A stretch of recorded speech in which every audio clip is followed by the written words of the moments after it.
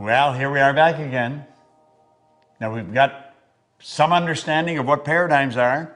We know that if you know how to get to where you're going, you're probably going in the wrong direction. You're not going after what you want. See, the beautiful thing about goals is that it's a forever, never-ending experience. You're going on a journey. You're always going where you've never been. That's what life is about. Life is an exciting adventure. It should never be a bore. And it can be, but only if you follow the right rules. Now, I'm betting that you went and sat down again at the table and you picked up your dream and you've itemized it. I am so happy and grateful now that. Now that you've done that, there's a little internal war going to start going on. Because you see, the paradigm is there in your subconscious mind. It controls your vibration, therefore it controls your actions. Now, there was a doctor, I'm going to digress for a moment, and I'm going to share something with you that I consider the most phenomenal idea that I have ever learned. I had been studying this material for a good 9 years, trying to figure out, why was I winning? I was winning, but I didn't know why. And you know something? Most people that are winning don't know why. Then I was what you call an unconscious competent. I was competent, but I didn't know why I was. I was winning, but I didn't know why. Therefore, I had something that was non-transferable. You're going to become a conscious competent, and you're going to know why you're winning, and therefore you can share it with your kids, your family, your friends. That's the beautiful part about this. Now, I have to take you back to the year 1934. Long time ago, you've got to admit. There was a doctor by the name of Truman Fleet in San Antonio, Texas. And he was actually appalled at the state of the healing arts. He said, we're not going about this. We're not doing this right. He said, we're treating the symptoms of disease. We're not treating disease at all. When you operate on the body or you're asking them, how do you feel? You're treating symptoms. You're not treating the cause of problems. Yet he said, everything originates in the mind. U.S. Anderson wrote one time, when we fully realize that thought causes all, we'll know there's never any limits. We ourselves do not impose. It starts inside. He said, we've got to heal the body, mind, and the soul. We've got to heal the whole person. And he said, nobody's ever seen the mind, ever. The mind is not a thing. Now, most people, when they think of the mind, they actually think of the brain. You might be doing that right now, but that is not the mind. See, the brain is part of the body, a very important part of the body. In fact, that's where the electrical control system is set up for your entire being. This body is a magnificent machine. It's controlled by the mind that sets off the central control system we call a nervous system. Do you know that your nervous system, the electrical system in your body, would make the electrical system in a supercomputer look like a toy? Now, when I get into this, you may think, oh, God, I'm never going to learn all that. You don't have to learn all that. I just want to lay some basics for you to help you understand what I'm going to tell you. And Fleet said, if we're going to help people, we've got to have a picture of the mind. So he said, this is a picture of the mind. Now, I think that's the greatest idea I've ever learned. That's called the stick person. And you'll see the big circle at the top has a line right through the center. On the top half of the line is the conscious mind. And on the bottom half is the subconscious mind. Now, the subconscious mind and the conscious mind working together express themselves through that small circle in the bottom that we call the body. The body is the instrument of the mind. Before the body does something, it has to happen in the mind. We're working from a higher to a lower potential. There's a power flowing to and through us that has no limits. The only limit placed on the power is the limit that's placed on the form through which it's flowing. It's something like electricity. Look at a light bulb for a moment. That is not electricity. That's the expression of electricity. See, the only limit placed on electricity is the limit that's placed on the form through which it's flowing, namely the transformer or the bulb. If you want more light, put in a bigger bulb. Well, if we want more action, plug in a bigger idea. Now he said, this drawing represents the mind. The top half represents the conscious mind, the bottom half represents the subconscious mind, and the small circle represents the body. Now I'm going to take the conscious mind off for a minute. Now you just have the subconscious. That is how you arrived on the scene. Your subconscious mind was wide open. Your subconscious mind has no ability to reject anything. Whatever you turn over to it, it will accept. You see, as a little baby, you arrive on the scene like that. That's how language is learned. That's how you pick up all the idiosyncrasies of the people around you. Now, there was genetic conditioning prior to you arriving on the scene. That's why you look so much like your relatives. But then you arrive, you learn the language of the people that surround you. If there's 4 or 5 languages spoken around you, you learn all 4 or 5 languages. There's many places in the world where babies learn 4 or 5 languages before they even go to kindergarten. But as you start to get towards time to go to school, the psychic barrier starts to come up and the conscious faculties begin to develop. And that's when you start thinking for yourself. But you see, what to think has already been programmed. See that X in the subconscious mind with the puffy little cloud around it? That's the paradigm. And of course, that puts the body in an X-type vibration. Now there's a power flowing into your consciousness. It never stops. And as the power flows in, you build ideas. And what kind of ideas do you build? X-type ideas. Why? Because they're in harmony with the paradigm. If you start to think thoughts that are not in harmony with the paradigm, it causes quite a bit of discomfort. Now think. If you've never jumped out of a plane, go up in a plane and contemplate jumping out of it. You'll start to feel very uncomfortable. You see, it's not an X idea. It's not an X idea. Now, it could be that you get involved with that, but not as long as you're thinking X-type ideas. Now, do you see, your life to this point has been controlled by a paradigm, and so you've been thinking thoughts that are in harmony with the paradigm. That is why we keep getting the same results over and over and over again. There's no secret to this. It's predictable. If you watch people, you'll watch how they move. There's habit patterns being expressed, behavioral patterns that's producing the same result. Now let's move this ahead. I call that state bondage. Now we're going to move ahead and we're going to move into a state that I call reason. Remember I said that power flows in and you can make anything out of it you want? Well, there's a why idea floating out there. What is the why idea? The why idea may sell the house and move to another country. The why idea may quit the job, start your own business. The why idea may bet everything you've got on yourself and your ability to start and build a business. That why idea is one scary little sucker. But you know something? As long as you keep it in your conscious mind and just think about it, everything's cool. And you see, while your dream was on the table, everything was fine. It's something you looked at every now and then. You were capable of seeing it and thinking it, but you never really got emotionally involved with it. That's why it stayed on the table. The idea came to your mind off and on, but it slipped through your fingers. And that's what happens with most people. Success is slipping through their fingers. It lands and lays and stays on the table. What we want to do is turn that idea over to that power inside. Now, what happens when we do that? Well, let's stop and think of what I said. I said the X energy in the paradigm controls the vibration. Now, on a conscious level, vibration is referred to as feeling. You'll probably want to watch this maybe 4 or 5 times because it probably is foreign information. And as you watch it 4 or 5 times, you'll say, damn, that makes so much sense. And it really does because it's the truth about what we're doing. Well, the X energy causes us to vibrate the way we're vibrating. And if somebody says, how do you feel? You'll say, pretty good.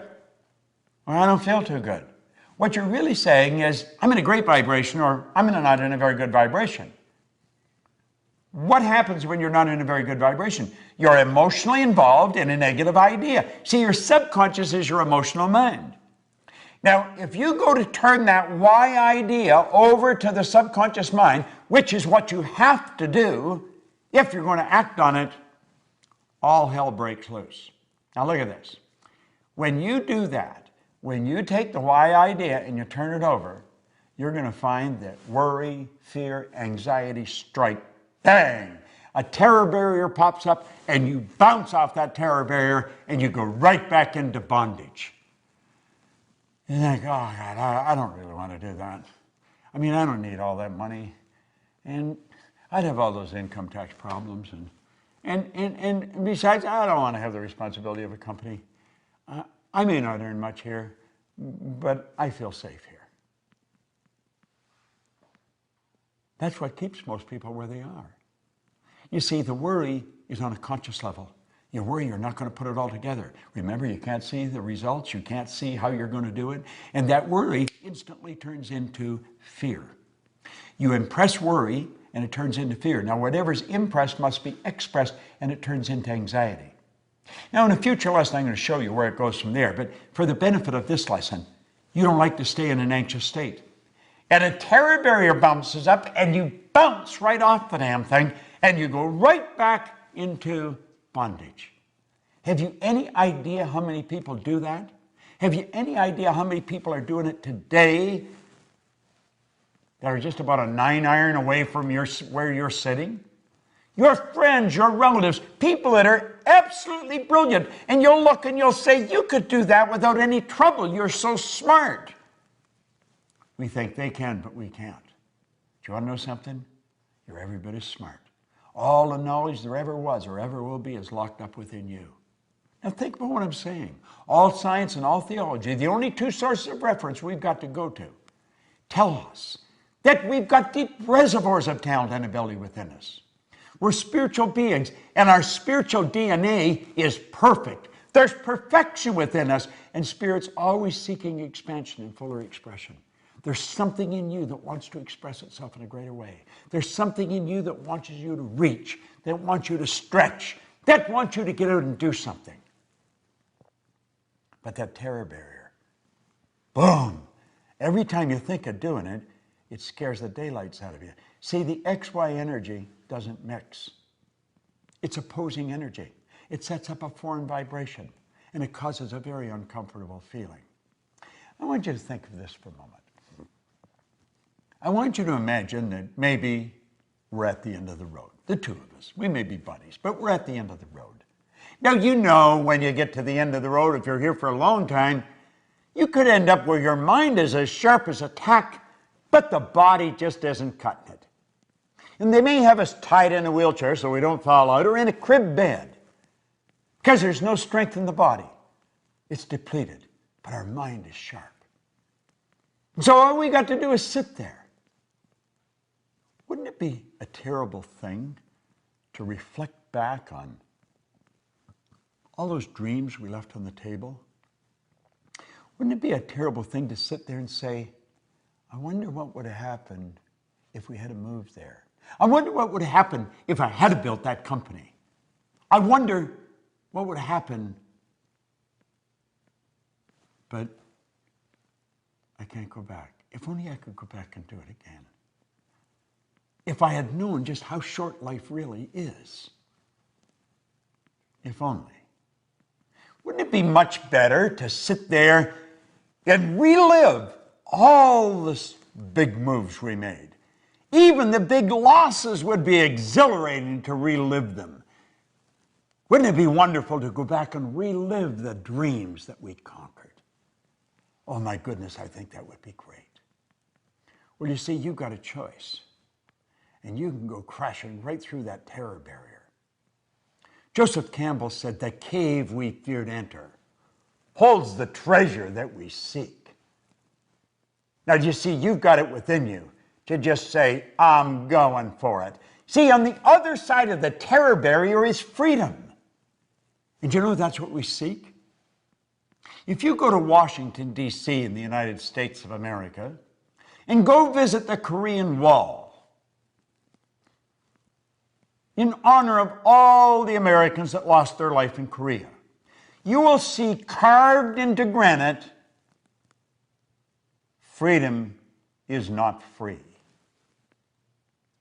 You don't have to know how to get there, and you don't have to have a plan. Martin Luther King didn't have a plan. He said, I have a dream. You see what I'm saying? You just have to know the first step of action that's necessary. That's all you have to know. You got to have guts. And you know something? The more understanding you have, the more guts you will have.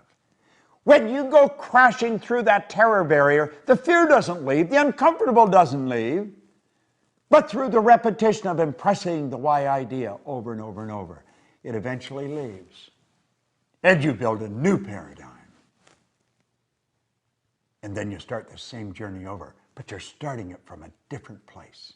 Where you started here, now you're starting up here. And you've got all the experience. Personally, when I set a goal, if it doesn't scare the daylights out of me, I know it's no good. Now, I don't want to waste my time because I know that there's only so much. I don't know how much there is, but I want the time to count. I want to know exactly what I'm doing. I want to know exactly where I'm going. And I want every day to be an exciting adventure. Now think, how do you really want to live? Do you want to leave those dreams on the table? Is that really what you want to do? Do you want to get to the end of the road and reflect and say, damn, if only I had known? Well, now you do know. Now, it doesn't matter if anybody else knows. I know, and you and I can become connected. You don't have to let your dreams slip through your fingers. You don't have to let them lay on the table. And you know the beautiful part about it is, neither do your friends or your relatives or your kids.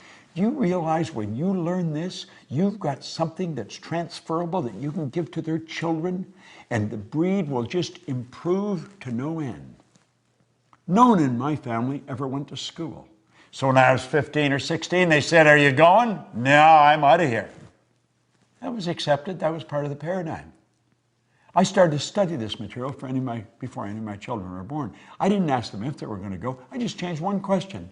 Where are you going to go? Do you know something? They all went to school. Isn't that strange? It's so strange. Now you may wonder whether your friends and relatives and neighbors are going to accept you. Probably not at first. They'll think you're a little crazy. But Edison's relatives thought that. The Wright brothers thought that. Hillary's brothers and sisters thought that. I went to dinner with my sister and her husband, and my wife's sister, and Gina, and her husband, on my birthday here just 2 or 3 weeks ago. And my sister and we're very loving, but we're not really close. She's very busy running a business, and I am. My brother and I, he's in Southern California, I'm in Toronto. So although we stay in touch and we love each other, we don't spend a lot of time together. We're very busy reaching our own goals. And Helen said, Al and I sat in Florida and we talked about you. And we talked about the change that's taken place in our family since you picked up Think and Grow Rich. And we realized none of us, our kids, no one would be living the life we're living if you hadn't gone for that goal, Bob. And she and Al had a plaque made and engraved, and they gave it to me for my 79th birthday. Said they were going to do it on my 80th, but they thought, no, we better do it now. I said, what do you think, I'm checking out? And I phoned my brother in Southern California. I was in Toronto, and I was thanking him for it. He said, yesterday was the 4th of July, Bob, and all the kids and all the grandkids and everybody was here. And I read them what was on the plaque that Helen was going to be giving you. And I told them none of them would be enjoying the life they were enjoying if you hadn't stepped out and bet on yourself. I felt so good. My sister said, my kids wouldn't be doing what they're doing. Her young daughter, Carolyn, came to seminars and she was just a little kid. And she made up her mind she wanted to be a lawyer and she wanted to be a judge. She is a Supreme Court judge in Canada today. Her son runs a multi-million-dollar business that my sister and her husband started. You have no idea who you're impacting. You have no idea how many people are watching you. They thought I was crazy. But when they saw I wasn't, they started to follow me. You go, they'll come. You've got more power in you than you'll ever use. God's gift to you is more talent and ability than you'll ever use in your lifetime. Your gift to God is to develop as much of that talent and ability as you can in this lifetime. Never let the terror barrier stop you. You go up against it and you crash right through it. That's why I'm here. I'm here to grow. Goals are not to get. Goals are to grow. The getting is just a side benefit. And remember, everything you own at the time of your death is going to belong to somebody else. You never own it, so don't ever let it own you. But don't sit back. Step out. Bet on yourself. Build that dream and go for it. Now you watch this. You watch this video. You watch all these videos you've received. You get very involved in this program that we're laying out. And you will come up with results that stick, and so will your brothers and sisters and family and friends, because they're watching you. I'll support you. The Proctor Gallagher Institute is here for one person, to help people do what we've done.